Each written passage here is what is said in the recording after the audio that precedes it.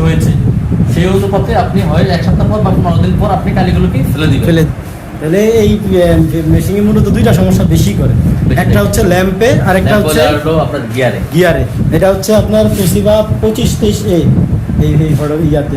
আচ্ছা, যাক, এটা জানতে পারলাম। আবার আরেকবার একটু জানতে চাই যে ল্যাম্পে সমস্যা হয় কেন এবং গিয়ারে সমস্যা হয় কেন? হলো যে আপনার ধুলাবালু যদি বেশি হয়, জি, তাহলে ধুলাবালু ল্যাম্পে প্রবেশ করে ল্যাম্পটা আপনার অকেজ হয়ে যায়। ও আচ্ছা, সেক্ষেত্রে আপনার ল্যাম্পকে সবসময় ধুলাবালু থেকে আপনার সেফ রাখতে হবে। আর রোলারটা?